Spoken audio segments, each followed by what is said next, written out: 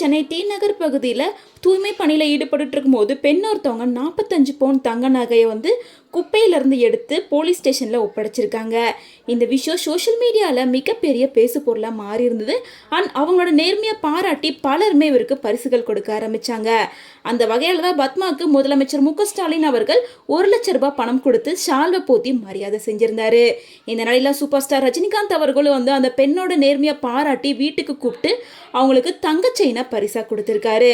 அது மட்டும் இல்லாமல் ரஜினிகாந்த் அவர்கள் ரசிகர்களோட பலருமே சேர்ந்து 25,000 ரூபாய் ரொக்க பணமாக கொடுத்துருக்காங்க. சூப்பர் ஸ்டார் ரஜினிகாந்த் அவர்களோட ரசிகர்கள் உட்பட பல பேர் இவங்களுக்கு நிறைய பரிசு பொருட்களையும் பணமும் பரிசா கொடுத்துட்டு இருக்காங்க. ஏன்னா அவங்களோட நேர்மையை பாராட்டி தான் இந்த விஷயத்த பண்ணிட்டு இருக்காங்க. மேலும் பத்மா கிட்ட இருந்து கலெக்ட் பண்ண அந்த தங்க நகையை போலீசார் உரிமையாளர்கள் கிட்ட ஒப்படைச்சிருக்காங்க. அதாவது நங்கநல்லூரை சேர்ந்த ரமேஷ் அப்படிங்கிறவங்களோட நகை தான் அது. அவங்க குடும்பத்துல வாழ்நாள் முழுக்க சொத்தா சேர்த்து வச்ச தங்க நகை அதுதானாமா.